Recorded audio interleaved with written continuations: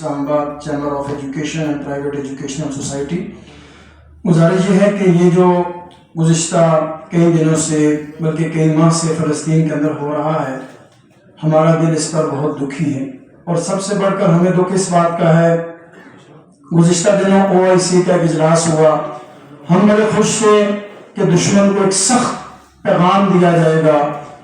یا یہود و نصارہ کو کوئی ایسا موقف دیا جائے گا، ان کی مصنوعات کا بائیکاٹ کیا جائے گا جس سے ان کی کمر ٹوٹے،